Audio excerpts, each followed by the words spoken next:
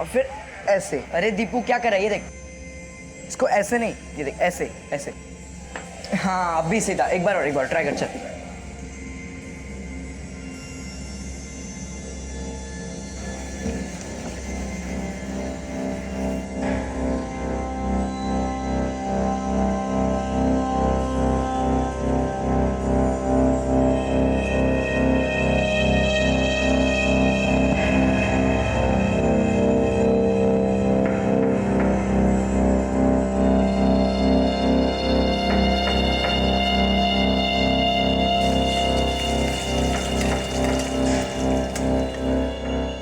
रिश्तों में भरोसा और मोबाइल में नेटवर्क ना हो तो लोग गेम खेलने लगते हैं। रिश्तों में भरोसे का रिचार्ज ना हो तो मोबाइल के बैलेंस की तरह आप खत्म।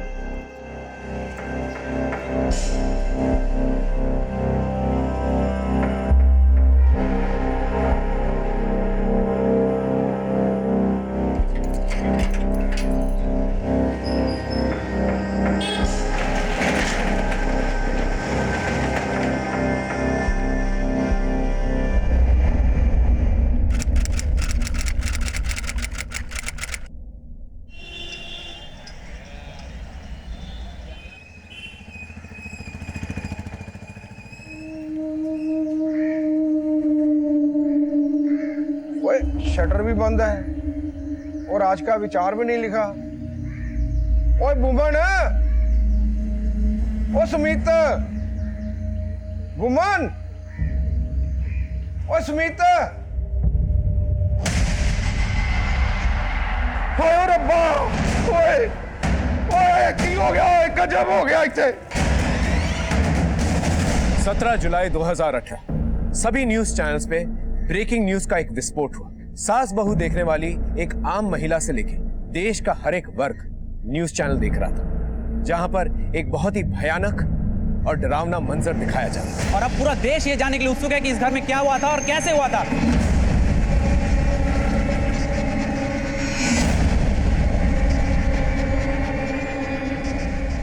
और ये पुलिस आ गई, अब इनसे सवाल करना चाहेंगे आज। Sir no question please, no question, no question, no question.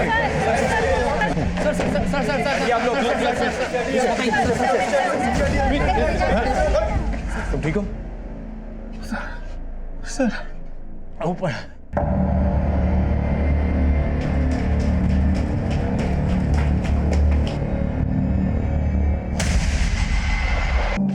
Sir ये देखिए,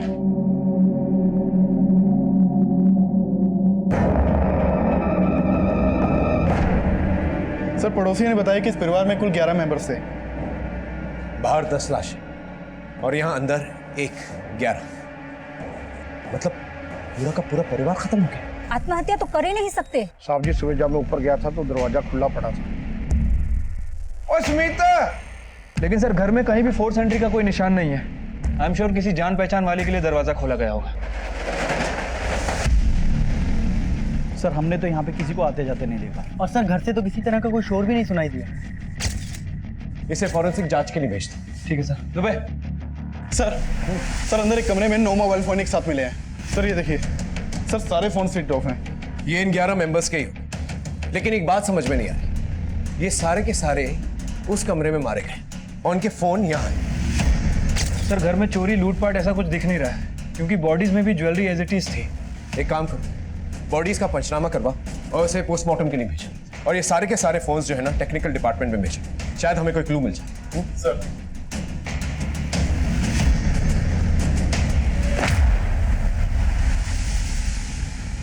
बहुत ही अच्छे लोग थे सर, कभी किसी से ना लड़ाई ना झगड़ा। सर पूजा पाठ वाले लोग थे, सबकी मदद करते थे और दान धर्म भी बहुत करते थे। वैसे ये दुकान किसकी है? सर रुक्मणी आंटी के बेटे भुवन की। और दूसरा बेटा क्या करता था? सर सुमित था, उसकी टाइल्स की यहीं पे शॉप है सर।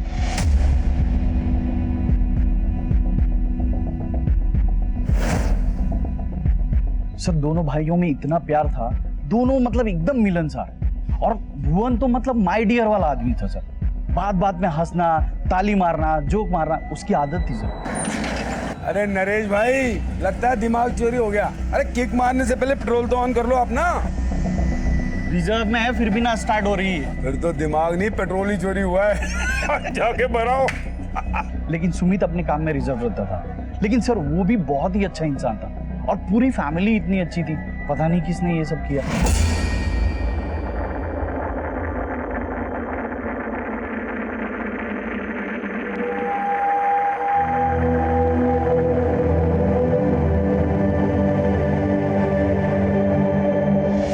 इन्होंने कल रात एक लड़के को इस घर में जाते देखा था। हाँ सर, कल रात मैंने एक लड़के को अंदर जाते हुए देखा था।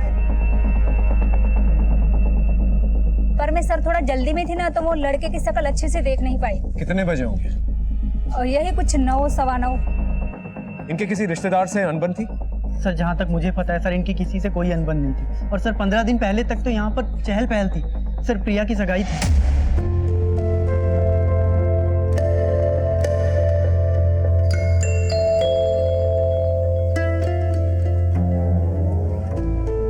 सर पूरा परिवार बहुत खुश था। आंटी का बड़ा बेटा और छोटी बेटी, वो तो हफ्ता भर पहले तक यहीं थे।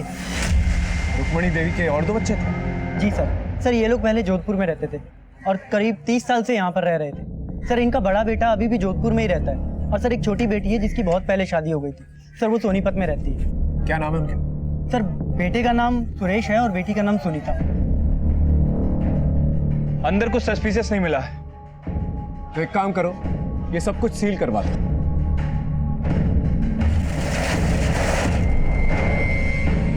रुक्मणी देवी का एक बड़ा बेटा है और एक छोटी बेटी। उनके फोन नंबर निकालो और उनसे कहो कि मुझसे थाने में आकर मिलें।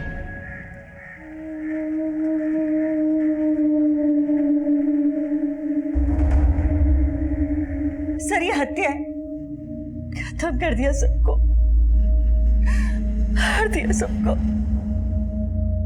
हम भी यही मान के चल रहे हैं सुनीता जी, लेकिन ऐसा कोई क्यों करेगा? कुछ समझ में नहीं आ रहा, पता नहीं कौन करेगा, पर है ये मर्डर ही। देखिए सुनीता जी, कोई भी चीज बिना मकसद के नहीं की जाती, चाहे वो रुपए पैसों की बात हो, जायदाद की, या फिर कोई इमोशनल मैटर। हर चीज के पीछे कोई ना कोई मकसद जरूर होता है। आप ठंडे दिमाग से सोच के बताइए, इसके पीछे किसका मकसद हो सकता है? सर ऐसा कोई नजर में नहीं आ रहा जिसमें मैं शक जता सकूं। अभी 1 हफ्ते पहले मैं और सुरेश भैया सबके साथ थे। 15 दिन पहले हम लोग प्रिया के एंगेजमेंट के फंक्शन में आए थे। सुमित ने उसका रिश्ता तय किया था। हम सब लोग बहुत खुश थे उसकी सगाई से।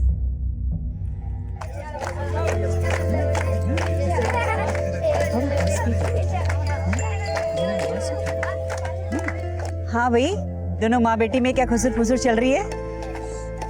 कुछ नहीं सुनेगा। सालों बाद खुशी आई है तो दिल में थोड़ी घबराहट सी हो रही है, कहीं कोई चूक ना हो जाए। जब तक बेटी विदा ना हो जाए ना, तब तक हर माँ के दिल में घबराहट होती है। अरे भैया, ये थाल में कबाब के साथ सफेद सा दही क्यों रख दिया? दीदी दही नहीं है, ये सॉस है, इसे डिप कहते हैं। हाँ पता है। सुनो, पहले लड़के वालों को देना। हाँ अरे स्टार्टर्स बहुत हो गए दीदी, इनसे पेट थोड़ी ना भरना है। सादिक जी मैडम। सुनो, खाना जल्दी शुरू करवाओ, 10 बजे से पहले पार्टी खत्म करनी है, मालूम है ना? चल जल्दी करो सादिक। हाँ सादिक? ये सादिक कौन है? सादिक सुमित की दुकान में काम करता है।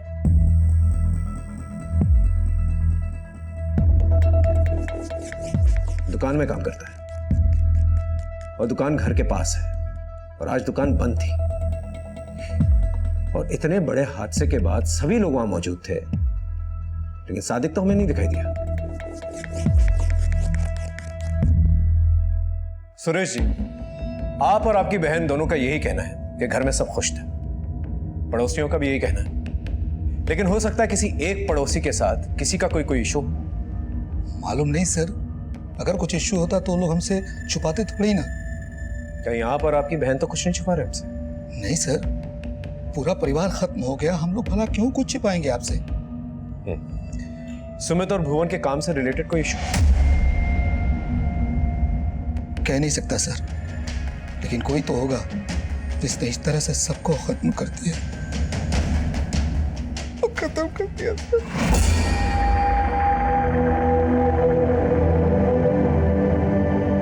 कोई तो था, ये सब बोल रहे थे, लेकिन ये कोई कौन था इसका जवाब किसी के पास नहीं था। 15 दिन पहले प्रिया की सगाई हुई थी। घर में सारे गहने जेवर मौजूद थे, एक सुई तक गायब नहीं हुई थी। और फिर घर के बाहर प्रिया द्वारा लिखा गया 16 जुलाई का विचार, यह भी हमारा ध्यान आकर्षित कर रहा था। रिश्तों में भरोसा और मोबाइल में नेटवर्क ना हो तो लोग गेम खेलने लगते हैं। रिश्तों में भरोसे का रिचार्ज ना हो तो मोबाइल के बैलेंस की तरह आप खत्म। आखिर में ऐसा क्यों लिखा था, आप खत्म? इसका राज जानना इसलिए भी बहुत जरूरी था क्योंकि वाकई में पूरा का पूरा परिवार जो है खत्म हो चुका था। या ये एक महज इत्तेफाक था कि किसी ने यह विचार कॉपी करके दीवार पर लिख दिया, या वाकई इस विचार के पीछे कोई सोची समझी साजिश थी? सर, जिस औरत ने उस रात लड़के को देखा था वो भगत ढाबे का डिलीवरी बॉय है, उसे बुला लिया। साहब, उन्होंने ऑर्डर किया था, वही डिलीवर करने गया था साहब। और फिर मैं चला गया था साहब। और तेरा वो फूड पार्सल खा के 11 लोग ऊपर चले गए। क्या खिलाया था उन्हें? साहब, उन्होंने जो ऑर्डर किया था साहब, मैंने वही दिया था। क्या ऑर्डर किया था? रोटी सब, रोटी 22 रोटी।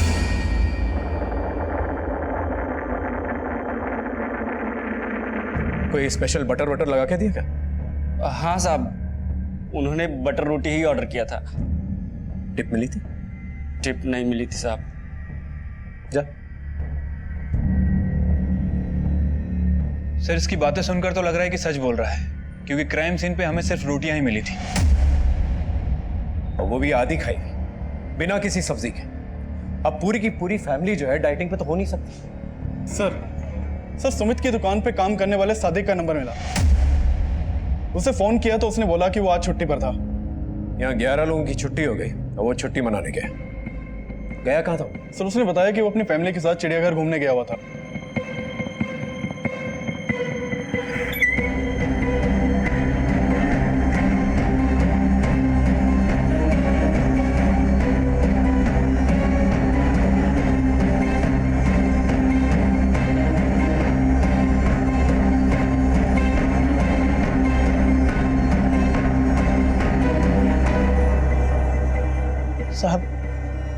साहब, सच में मुझे नहीं पता था कि वहां पे इतना बड़ा कांड हो गया है। और कांड के अगले दिन ही तू छुट्टी पे चला गया, हाँ? जबकि सुमित की दुकान 7 दिन खुली रहती है। इस कांड का और तेरी छुट्टी का कुछ लेना देना जरूर है। नहीं साहब, कोई लेना देना नहीं है, बल्कि आज के लिए तो मुझे खुद सुमित भैया ने छुट्टी दी थी। साहब, 10 साल से उनका वफादार हूँ, काफी एहसान है उनके मुझ पर। आप लोग जैसा सोच रहे हैं वैसा मैं उनके साथ कर ही नहीं सकता हूँ। बल्कि वो लोग तो इतने अच्छे थे कि वो अपने दुश्मन का भी बुरा नहीं चाहेंगे। दुश्मन कौन? मेरा मतलब कि वो लोग इतने अच्छे थे कि उनका कोई दुश्मन ही क्यों होगा। साहब, हम लोग तो उन्हें दुआ ही देते थे, पर अब ऐसे लगता है कि जैसे अनाथ हो गया। तो तुझे क्या लगता है, तुझे किसने अनाथ किया होगा? 10 साल से काम कर रहा है उनके साथ, उनके बारे में सब कुछ जानता होगा ना? साहब, मेरी ज्यादा बोलचाल तो सिर्फ सुमित भैया से ही थी। घर में वही सबसे ज्यादा धार्मिक थे। काम के वक्त भी उनका पूजा पाठ का काम चलते ही रहता था। कभी कभी तो वो कस्टमर से बात भी नहीं करते थे, वो चिट्ठी में लिखकर कस्टमर को मैसेज दिया करते थे। आप अपना नंबर दे दीजिए हमें, उस माल के बारे में कल तक सुमित भैया आपको बता देंगे। तुम्हारे बॉस सुमित का किसी कस्टमर से झगड़ा, अनबन ऐसा कुछ हुआ? अनबन? नहीं साहब, ऐसा तो कभी कुछ झगड़ा वगड़ा नहीं हुआ। लेकिन साहब एक बार। बोलो, सुन रहा हूँ। साहब, वो सुरेश भैया। पंकज, मैं तेरे जैसा बेवकूफ नहीं हूं, समझा? क्या चल रहा है सब? क्या बंद करूं? पापा के जीते जी तो आपने कभी उनकी परवाह नहीं की, मरते दम तक वो आपको बुला रहे थे यहाँ। लेकिन अब क्या? नहीं बोल बोल बोल, क्या? बस कर सुरेश, चिल्ला चिल्ला के इस घर की शांति भंग मत कर। हाँ, मेरी बात सुनो। बस। लेकिन साहब, मुझे ये नहीं पता कि सुरेश भैया सुमित भैया से किस बात पर झगड़ा कर रहे थे।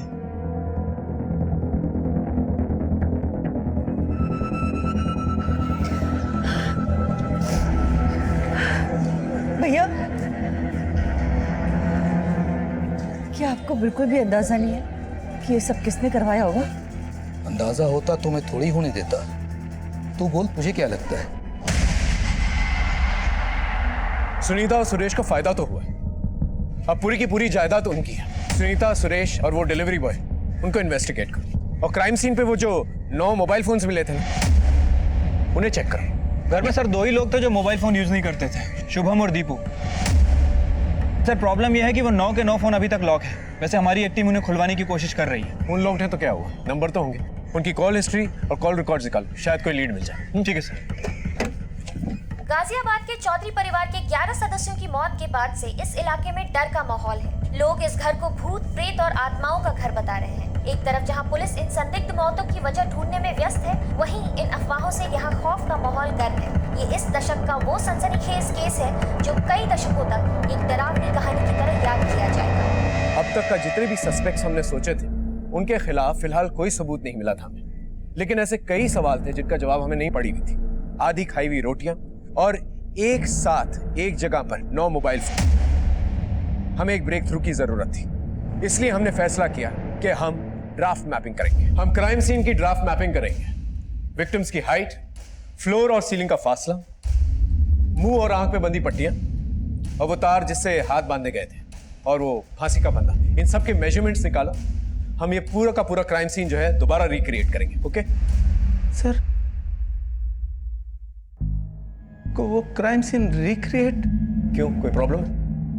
नहीं सर, मतलब सर प्रॉब्लम तो कुछ नहीं है, लेकिन सच बात तो है कि इनमें से कोई भी दोबारा उस घर में नहीं जाना चाहता। ये लोग वहां जाने से डर रहे हैं सर। वैसे मैंने 2 कांस्टेबल उस घर के बाहर लगा रखे, लेकिन वो लोग भी बार बार फोन करके यही कह रहे हैं कि उनकी शिफ्ट चेंज कर दी जाए। कोई भी सर उस घर के बाहर नहीं बैठना चाहता। उस घर के पास जाने से आम नागरिक ही नहीं, हमारी पुलिस टीम भी डर रही थी। और डर का वो माहौल खत्म करने के लिए हमें सबको ये भरोसा दिलाना था कि गुनहगार जल्द ही सलाखों के पीछे होगा।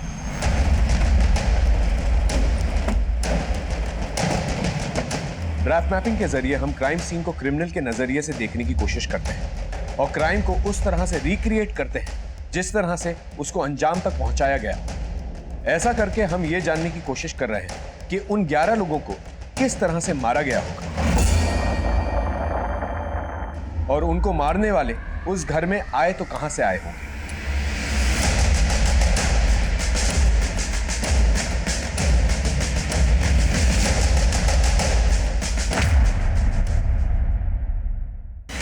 सर, उन सभी 11 डेड बॉडीज की पोस्टमार्टम और फॉरेंसिक रिपोर्ट आ गई है। सर पोस्टमार्टम रिपोर्ट के हिसाब से सभी की मौत 16 जुलाई की रात 1 बजे से 1:30 बजे के बीच में हुई है। सर किसी की बॉडी पे एक्सटर्नल इंजरीज के कोई निशान नहीं है। और सर घर में जो हमें खाना मिला था, I mean आधी रोटी और ये पानी, इनमें नशे की दवा नहीं थी। सभी की मौत हैंगिंग की वजह से हुई है। लेकिन इनमें से 3 लोगों की मौत पार्शियली हैंगिंग की वजह से हुई है, रुक्मणी देवी, कविता और भुवन। पार्शियल हैंगिंग तो हो सकता है कि तीनों ने रेजिस्ट करने की कोशिश की हो। लेकिन सर बाकी के 8 लोग, ये लोग अपनी मर्जी से तो सूली पे नहीं चढ़े होंगे, जरूर किसी ने मारा होगा। और सर जो हमारी सस्पेक्ट लिस्ट थी, अब तक उनके खिलाफ भी कुछ नहीं मिला है। पोस्टमार्टम और फोरेंसिक रिपोर्ट हमारा नजरिया बदल रही थी और आत्महत्या की संभावना की जांच करना, ये हमारी इन्वेस्टिगेशन का एक प्रोसेस था। लेकिन सवाल यह था कि एक हंसता खेलता परिवार जो आर्थिक रूप से भी संपन्न हो, वो भला आत्महत्या क्यों करेगा? मरने से पहले इन लोगों की मनोस्थिति क्या होगी, यही जानने के लिए हम लोगों ने एक साइकोलॉजिकल ऑटोप्सी करने का फैसला किया। साइकोलॉजिकल ऑटोप्सी यानी शव हो चुके व्यक्ति का साइकोलॉजिकल एनालिसिस, जहां पर एक्सपर्ट्स मृत हुए व्यक्ति से जुड़े सारे लेख, ऑडियो, विजुअल्स और उसके करीब करीब के जानने वालों के ओपिनियंस को इकट्ठा करती है और बारीकी से स्टडी करती है। लेकिन इन विक्टिम से जुड़े सारे लोग ये मानने को ही तैयार नहीं थे कि ये एक मास सुसाइड हो सकता है। सर प्रिया नवंबर में शादी करने वाली थी। शादी का टेंट, हलवाई और यहाँ तक कि उसके जो हनीमून के टिकट्स थे वो भी बुक हो गए थे। सब कुछ उसी की मर्जी से हो रहा था सर, फिर वो आत्महत्या क्यों करेगी? सर उस दिन मैं और बबीता भाभी एक साथ इस्त्री वाले को कपड़ा दे रहे थे। भैया कल बच्चों को स्कूल में जाना है, इसलिए शाम तक कपड़े आ जाने चाहिए। ये लो, बार बार कहना ना पड़े। सर अब आप ही बताइए कि जो एक दिन आगे का प्लान कर रहा है वो भला सुसाइड कैसे कर सकता है? पुलिस वाले आत्महत्या कहकर अपना पल्ला झाड़ रहे हैं। हम सीबीआई जांच की मांग करते हैं।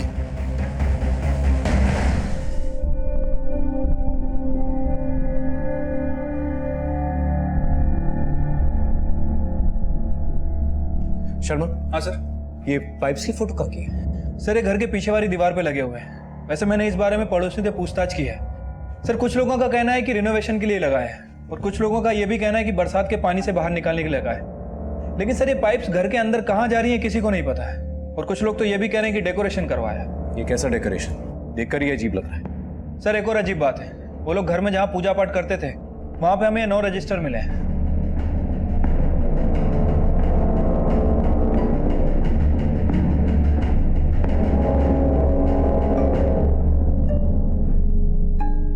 घर में 11 मौतें हैं और घर की बैक वॉल में 11 पाइप्स। शर्मा जरा पता लगाना ये पाइप्स किस मिस्त्री ने लगा है, फिर शायद हमें पता चल जाएगा कि ये पाइप्स लगाने का मकसद क्या है। ठीक है सर। सुन, उन पाइप्स को कैप्चर करके मुझे फ्रेम में इंक्लूड कर, ठीक है?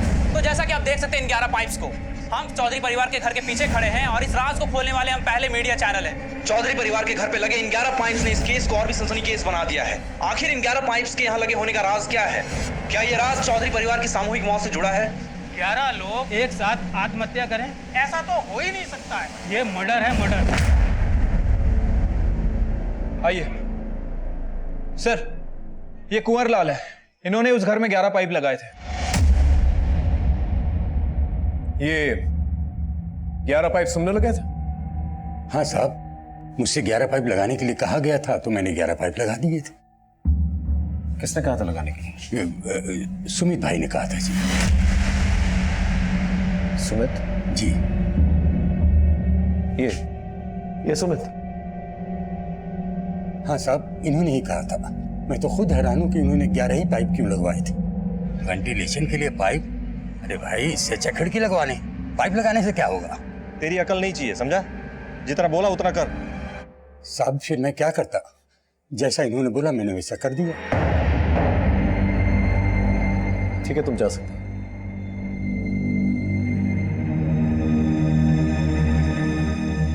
आखिर ये सुमित वॉल पे 11 पाइप्स क्यों लगवाएगा? पाइप्स का पूजा रूम में जो रजिस्टर मिले थे वो क्या है? सर, इन रजिस्टर को पढ़ने के बाद सुमित की मानसिक स्थिति के बारे में बहुत कुछ पता चलता है। ये रजिस्टर वो रोज ही लिखा करता था। हाँ सर, ये देखिए सर, उसने एक अजीब बात लिखी है। मैं गूंगा हूं बाबा, मेरी आवाज बन जाओ। सादिक ने कहा था कि सुमित अक्सर जो है मौन व्रत रखा करता था और कस्टमर से बात करने के लिए चिट पे लिख के बातें करता था, लेकिन उसने कभी इस बात का जिक्र नहीं किया कि वो गूंगा था। बस में बाबा का मेंशन है। ये बाबा कौन है? सर मुझे लगता है कि सुमित किसी तांत्रिक वांत्रिक के चक्कर में था। हो सकता है कि जिस बाबा का जिक्र इस रजिस्टर में है वो कोई तांत्रिक बाबा हो। और सर ये देखिए, आगे वो ये भी लिखता है कि शुक्रिया बाबा, आज से आप मेरी आवाज हैं, अब मैं गूंगा नहीं हूं। कमाल है, पहले लिखता है कि वो गूंगा था, अब लिखता है वो गूंगा नहीं। एक काम करो, उसकी बहन सुनीता को बुला के लेके आओ, वही बता पाएगी कि वो गूंगा था या नहीं। ठीक है सर। हाँ सर, काफी समय पहले सुमित की आवाज चली गई थी, तब वो बिल्कुल भी नहीं बोल पाता था। पर ऐसा क्या हुआ था कि उसकी आवाज चली गई थी? काफी टाइम पहले दुकान में आग लग गई थी। सुमित तो कैसे भी करके बच गया, पर उस हादसे से उसकी आवाज चली गई थी। अगर उसकी आवाज चली गई थी तो वापस कैसे आई? सुमित हमेशा पूजा में विलीन रहता था। एक बार घर में पूजा चल रही थी, तभी और मुकुट बंसी वाले की जय। आवाज आ गई सुमित।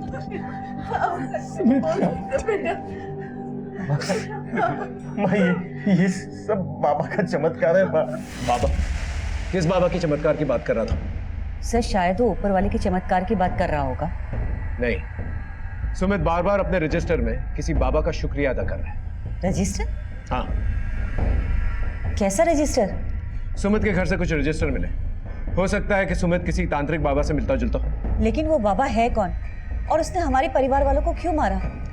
हमें लगा था शायद इस बाबा के बारे में आप जानती होंगी, लेकिन वाकई में आप कुछ नहीं जानते, या फिर आप हमसे कुछ छुपा रही हैं। सर सुमित ने अपने रजिस्टर में जिस बाबा का जिक्र किया था, मैंने उसके बारे में मोहल्ले में पूछताछ की, लेकिन सर किसी के बारे में कुछ पता नहीं चला। लेकिन सर शुभम और ध्रुव, इन दोनों का क्लासमेट उसी मोहल्ले में रहता है। उसने बताया कि ये दोनों बच्चे भी उस बाबा के बारे में बात किया करते थे। अंकल, शुभम और दीपू भी बहुत पूजा करते थे। हर संडे सुबह सुबह वो सूर्य को जल देते थे और शाम को 6:30 बजे खेल छोड़कर चले जाते थे। और अंकल, एक दिन तो मैंने उन्हें रुकने के लिए भी कहा, लेकिन शुभम बोला नहीं, बाबा आने वाले हैं। इसका मतलब इनके घर में कोई तांत्रिक बाबा का आना जाना था। शायद उस दिन भी कोई बाबा आया। सर उस घर में जो 9 लॉक्ड मोबाइल फोन मिले थे, हमने उन सबको खुलवाया। उनमें से सुमित के फोन में कुछ अजीब सी चीजें मिली हैं।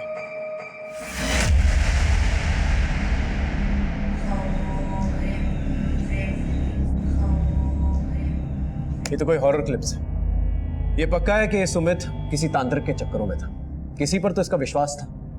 इसके कॉल रिकॉर्ड्स दोबारा चेक करो, शायद उस तांत्रिक के साथ फोन पे टच पे। सर जी, पूजा पाठ वाले लोग जरूर थे, लेकिन अंधविश्वासी नहीं हो सकते। हाँ, जितना मैं जानता हूँ कि तंत्र तांत्रिक इनके जीवन में कुछ नहीं। चौधरी परिवार को जानने वाले अब भी नकार रहे थे कि ये मास सुसाइड का केस नहीं हो सकता, लेकिन उन 9 रजिस्टर्स में ऐसे कई रहस्य थे जो किसी बाबा को हमारे शक के घेरे में ला रहे थे, और हम समझ नहीं पा रहे थे कि आखिर ये बाबा है कौन। बाबा, आपके सुझाव से मैंने उस ग्राहक को उधार में माल दे दिया और उसने सब चुकता भी कर दिया, और अब उसने मुझे एक बहुत बड़ा ऑर्डर दिया है। बाबा, आपकी कृपा से मेरा व्यापार दिन दुनी रात चौगुनी तरक्की कर रहा है।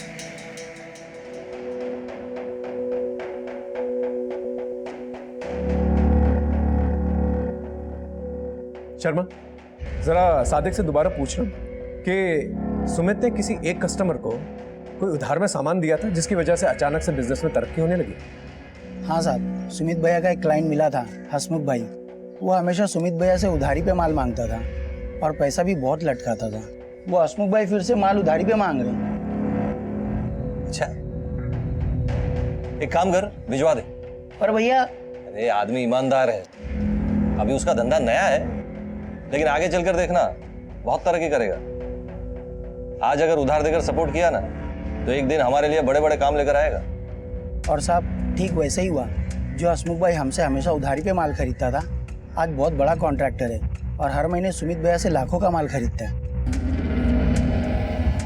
बाबा, आपके कहने पे मैंने चीनू से कहा कि वो साइंस छोड़कर कॉमर्स ले ले। उसने ऐसा किया और चमत्कार हो गया। चाचा जी, मेरे सभी सब्जेक्ट में 75% से ज्यादा मार्क्स आए। मैंने टॉप किया अपनी क्लास में। बाबा, आपके बताए उपाय करने से नीलम ने फिर से पढ़ना शुरू कर दिया है। दीपू और शुभम भी अब अपनी क्लास में फर्स्ट आते हैं।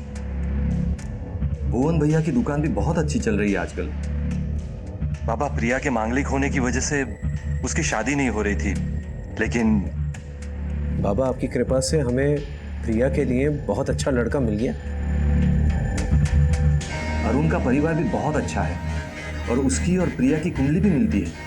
बाबा, आपकी वजह से प्रिया की सगाई तय कर दी हमने। 2 जुलाई को हम प्रिया और अरुण की सगाई कर रहे हैं। आपके चमत्कारों ने हम सबकी जिंदगी बदल दी है बाबा।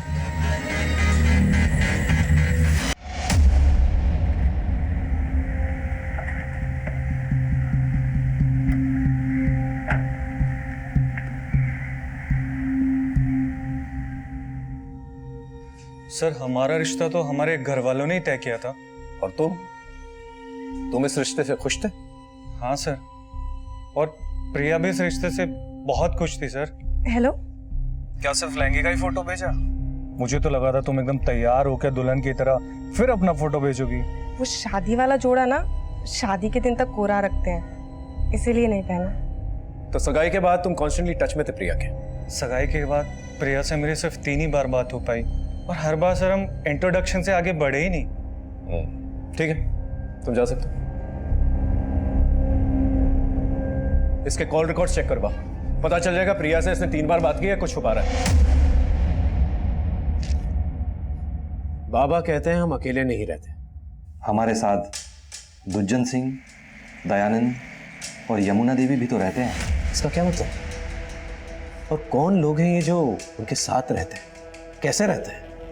हमें एक पूजा करनी होगी, वट पूजा।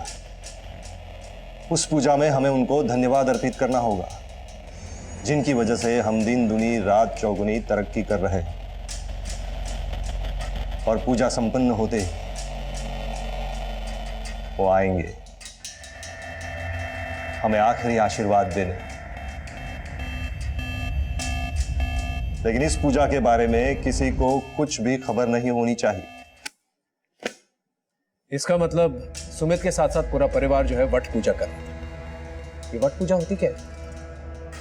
और ये दुज्जन सिंह, यमुना देवी और दयानंद, ये कौन थे? दुज्जन सिंह, यमुना देवी और दयानंद? यही नाम लिखे सुमित के रजिस्टर।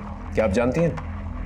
सर, दुज्जन सिंह तो कविता दीदी के हस्बैंड थे और यमुना देवी और दयानंद सुमित के सास ससुर। लेकिन आप इनके बारे में क्यों पूछ रहे हैं? ये लोग तो कई साल पहले गुजर चुके हैं। क्या ये सब मर चुके? जी। उसके रजिस्टर में क्लियरली लिखा है कि सगाई के बाद वो अगले दिन ही पूजा करने वाले थे। आपको इन बातों का कभी कोई अंदाजा नहीं हुआ? सादिक, सुनो, जल्दी से खाना शुरू करवाओ। पता है ना 10 बजे से पहले पार्टी खत्म करनी है। हाँ चलो जाओ, जल्दी करो सादिक। हाँ अरे भाई, इतनी जल्दी पार्टी क्यों बंद कर रहे हो? अभी तो पूरी रात बची है। दीदी, दरअसल घर में पूजा रखी है सुबह। सुमित जी बहुत नाराज हो रहे थे, कह रहे थे आजकल एंगेजमेंट की तैयारियों की वजह से पूजा पाठ में हम लोगों का ध्यान ही नहीं है, तो सुबह पूजा करेंगे। 1 मिनट में आती हूँ। सगाई वाली रात रीना बोल रही थी कि पार्टी 10 बजे तक खत्म करनी है। कोई पूजा है और अगले दिन वहां पूजा हो भी रही थी।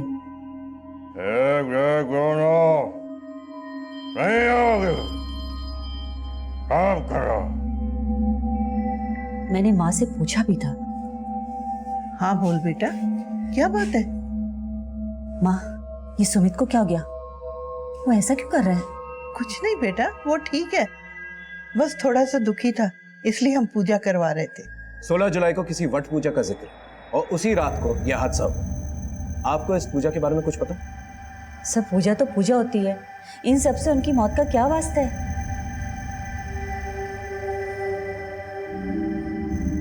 सर, मैं भी नहीं समझ पा रहा हूं उन बातों का सबकी मौत से क्या वास्ता हो सकता है। लेकिन एक बात है जिसके बारे में मैंने आज तक नहीं सोचा, क्यों इतना भयानक रूप ले लेगी। कौन सी बात? सर, सुमित ने एक बार मुझसे कहा था कि उसमें पापा आते हैं। आप मेरा विश्वास कीजिए भैया, पापा मेरे अंदर बैठे हैं, वो हम सबका भला कर रहे हैं। क्या बात कर रहा है? अरे ये अंधविश्वास है। लेकिन मुझे विश्वास है भैया, हमारी तरक्की पापा की वजह से ही हो रही है। अरे तरक्की तुम लोगों की मेहनत के कारण हो रही है, और कुछ नहीं, समझा? लेकिन पापा का सपोर्ट भी है भैया, आप भी विश्वास कीजिए, पापा आपसे मिलने के लिए बेचैन हो रहे हैं। अंकल, मैं तेरे जैसा बेवकूफ नहीं हूँ, समझा? क्या चल रहा है सब? क्या बंद करूं? पापा के जीते जी तो आपने कभी उनकी परवाह नहीं की, मरते दम तक वो आपको बुला रहे थे यहाँ। लेकिन अब क्या? नहीं, बोल बोल बोल, क्या? बस कर सुरेश। मैं तब भी उसे समझाया था कि अंधविश्वास से दूर रहा कर, और उस दिन से वो मुझसे कटने लगा था। सर,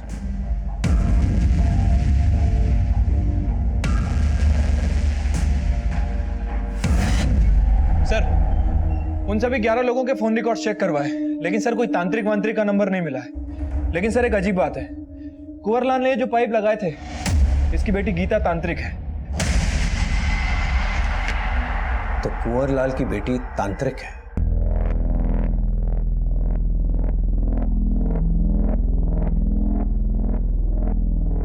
ये धागा काले कुत्ते की पूंछ में बांध देना, वो कुत्ता तुम्हारे बेटे की नजर ले लेगा।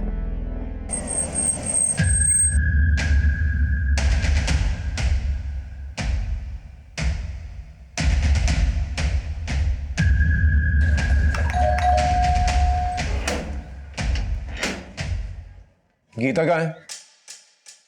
सर, मैं तांत्रिक जरूर हूँ, लेकिन सुमित या उसके पूरे परिवार वालों को मैं टोना टोटका नहीं बताया करती थी। साहब, मेरी बेटी ने 11 पाइप लगवाने के लिए नहीं कहा था, वो तो सुमित भाई ने खुद लगवाए थे। सुमित अक्सर तुम्हें फोन किया करता था, उसके रजिस्टर में क्या लिखा है ये तो तुम्हें पता ही होगा। कौन सा रजिस्टर? वही रजिस्टर जिसमें वो किसी बाबा का जिक्र कर रहा है। साहब, नहीं गीता का बाबा हूँ, लेकिन मैं तो कारीगर हूँ। सर, सुमित रजिस्टर में जरूर अपने बाबा यानी कि अपने फादर की बातें कर रहा होगा। कुछ साल पहले सुमित ने उनसे जुड़ी एक बात मुझे बताई थी।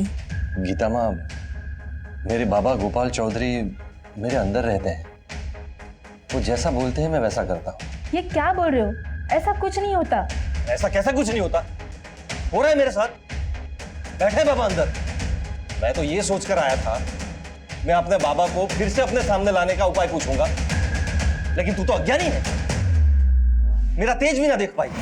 सर मैं खुद उसका पागलपन देख के डर गई थी, लेकिन एक बात पक्के से कह सकती हूँ कि सुमित उन रजिस्टर में जिस बाबा की बातें लिख रहा था वो उसके फादर गोपाल चौधरी ही है, जिनका कई साल पहले देहांत हो गया। सर ये भी तो हो सकता है कि तांत्रिक गीता सच बोल रही हो। मतलब?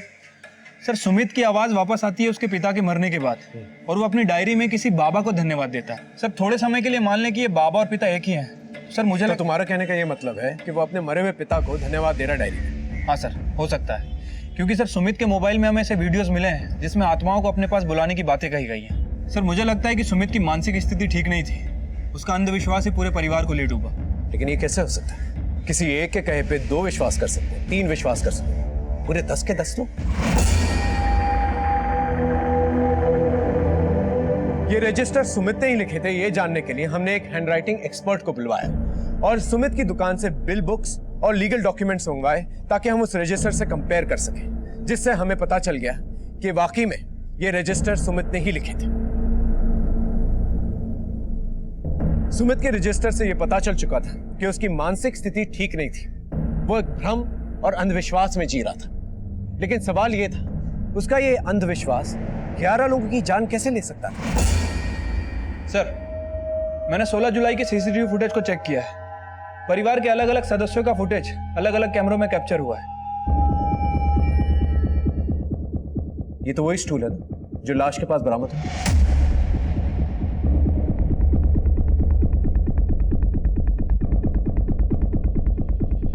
ये वही वायर है ना जो हाथ में बांधा गया था।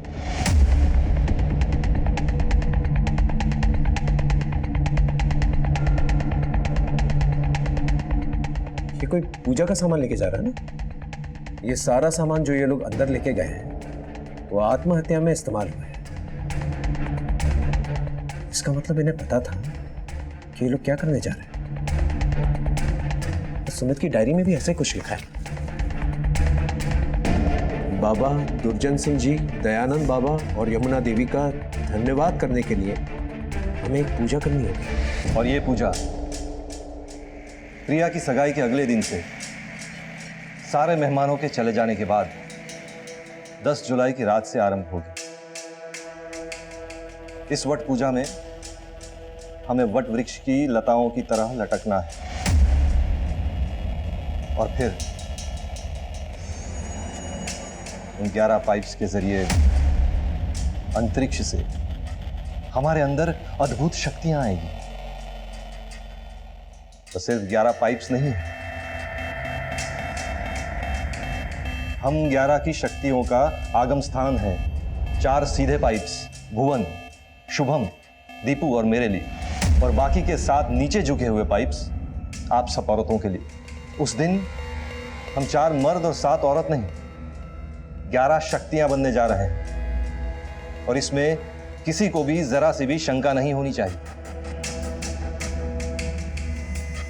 पैर की तकलीफ के कारण मां की साधना जमीन पर होगी और बाकी हम सब वटवृक्ष की लताओं की तरह लटकेंगे और फिर ग्लास में रखे पानी का रंग बदलेगा।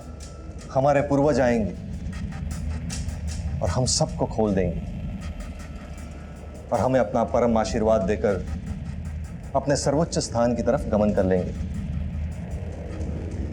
लेकिन इस विधि में कोई गलती ना हो, इसलिए हमें अभ्यास करना होगा। दीदी, सुमित जी ने कहा है कि 11 मास्क एक ही साइज के होने चाहिए। हाँ, प्रिया कर रही है, देख। प्रिया, सुन, ठीक से काटना और एक ही साइज के काटना। जी। रीना देखने एक रस्सी कम है। दीदी थोड़ा सब्र तो करो, नवंबर में तो वैसे ही गाना है आपको सुहाग रात वाले गीत। नानी देखो ये मुझे छेड़ रही है। दीपू, शुभम, अरे क्या मस्ती कर रहे हो तुम लोग? लो बोलो। ये लो, जाके मम्मी को दो। अरे भाई, पूजा की सब सामग्री आ गई? हाँ भैया, पूरी सामग्री आ गई है। चलो ये अच्छा हुआ दीदी। वैसे दीदी, मैं तो ना बाबूजी से कहूंगा कि मुझे तो लटका ही छोड़। क्यों? अरे भाई, बीवी से मुक्ति से बड़ा और क्या मोक्ष होगा?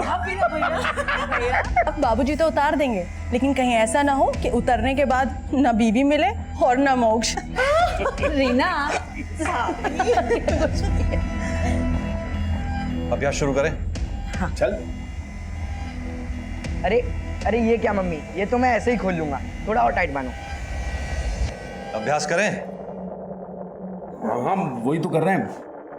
आज हमने अभ्यास भी किया बाबा, अब कोई विधि गलत नहीं होगी।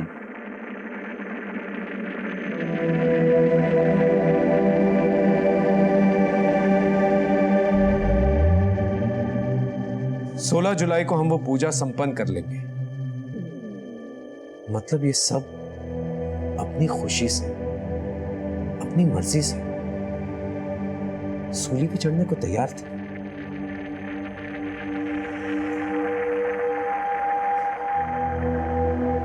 16 जुलाई की रात शुरू की गई पूजा रात के 1 बजे तक चलेगी। उस दिन सब सिर्फ रोटियां खाएंगे और डर बिल्कुल नहीं होना चाहिए, किसी के चेहरे पे भी और मन में भी। बाबा जरूर आएंगे उन तीनों के साथ, वो हम सबको खोल देंगे।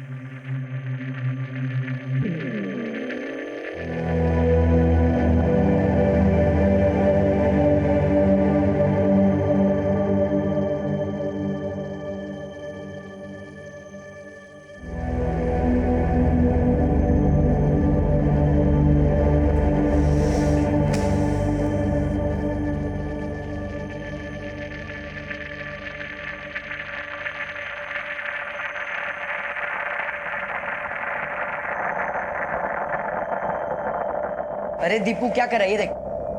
इसको ऐसे नहीं, ये देख ऐसे ऐसे। नवंबर में तो वैसे ही गाना है आपको, सुहागरात वाले गीत। हाँ? नानी देखो, ये मुझे छेड़ रही है। बाबूजी तो उतार देंगे, लेकिन कहीं ऐसा ना हो कि उतरने के बाद ना बीवी मिले और ना मोक्ष। रीना, मेरे करियर में मास सुसाइड का ये केस पहला था, लेकिन इससे पहले सवाई माधोपुर में 2013 में ऐसा कुछ हो चुका था, जहां पर एक ही परिवार के 7 सदस्यों ने अंधविश्वास में लड्डू में साइनाइड मिलाकर खा लिया था, ये सोचकर कि ऊपर वाला आकर उन्हें बचाएगा। और यही नहीं, उन्होंने ये पागलपन वीडियो पे रिकॉर्ड भी किया, ये सोच के कि ऊपर वाला उस वीडियो में कैप्चर हो जाए। सुमित ने भी ऐसे कई भ्रम अपने घर वालों को दिए थे, और क्योंकि उसके घर वाले ये मान चुके थे कि सुमित में बैठे बाबा सबका भला कर रहे हैं, इसलिए बिना सोचे समझे सबने मिलकर, अगर भरोसे से भरोसेमंद इंसान भी आपको कहे कि आप अपना दिमाग साइड में रखकर उसकी कही कोई भी बात को पत्थर की लकीर मान लें, तो समझ लीजिए कि यह दस्तक है उस तबाही का जिसमें पूरा चौधरी परिवार खत्म हो गया। लेकिन सवाल यह है, क्या इस अंजाम को रोका जा सकता था? सुमित के भाई सुरेश ने अगर आवाज उठाई होती तो शायद उनका परिवार आज जिंदा होता। सुमित की बहन सुनीता भी उस दस्तक में डूबी इस तबाही को ठीक से महसूस नहीं कर पाई, और साथ ही साथ चौधरी परिवार के सारे पड़ोसी इस दस्तक को ठीक से भांप नहीं पाए। और इसके साथ मैं इंस्पेक्टर बलबीर सोलंकी आपसे विदा लेता हूं। फिर मिलेंगे एक नए एपिसोड के साथ। तब तक देखते रहिए क्राइम पेट्रोल दस्तक। मकसद बताना नहीं, बचाना है।